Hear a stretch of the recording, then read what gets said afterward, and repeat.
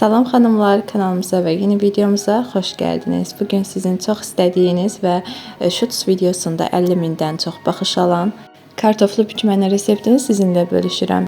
Bir qaba 1 stəkan ilıq su, ilıq süd, yarım stəkan duru yağ, maya, şeker tozu və duz əlavə edib qarışdırırıq.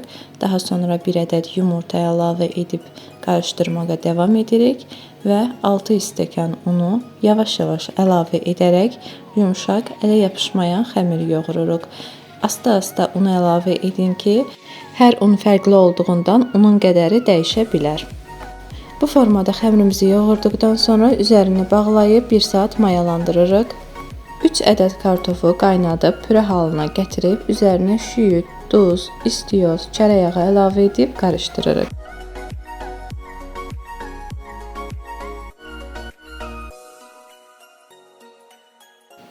Dəzgahı unlayıb bu formada mayalanan xəmirimizi dəzgahımıza qoyuruq və əlimizlə havasını alırıq.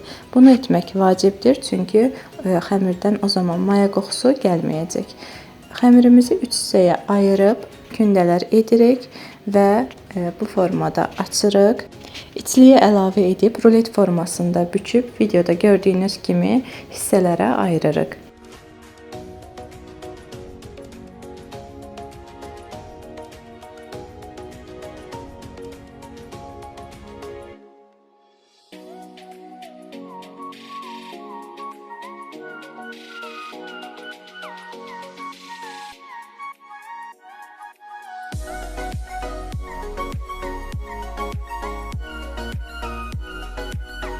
Bükmələrimizi pişirəcəyimiz qabı duru yağla yağlayıb bu formada düzürük. Əlimizlə biraz forma verib daha sonra üzərini bağlayıb 10 dəqiqədə bu formada gözlədirik. 10 dəqiqənin ardından gördüyünüz kimi bükmələrimiz biraz daha mayalanıb. Bu formada üzərinə yumurta sarısı çəkib öncədən qızdırdığımız sobada üstü qızarana qədər bişiririk.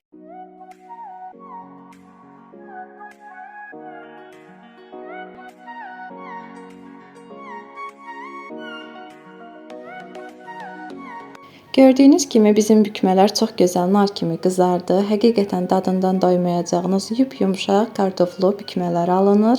Hazırlayan hər kəsə nuş olsun. Yeni videolardan xəbərdar olmaq üçün kanalımıza abunə olmağı və fikirlərinizi bizimlə bölüşməyi unutmayın.